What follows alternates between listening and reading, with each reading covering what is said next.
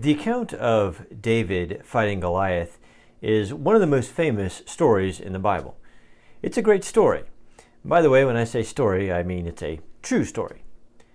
The problem comes when people try to apply this story to their life. Many a sermon and many a book has looked at David and Goliath as an example of how we should take on our personal giants. Like the fear of failure, addictions, that sort of thing. Here's the problem with that application.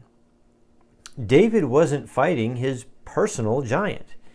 Goliath and David didn't even know each other prior to meeting on the battlefield. Goliath wasn't a personal enemy of David. The battle that David was about to engage in wasn't a personal battle. Goliath was the enemy not of David, but of God and God's people.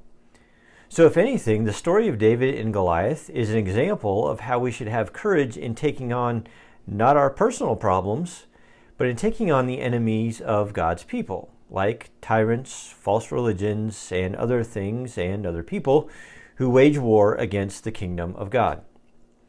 So yes, the story of David and Goliath is an example to us. It's just not primarily about taking on our personal giants.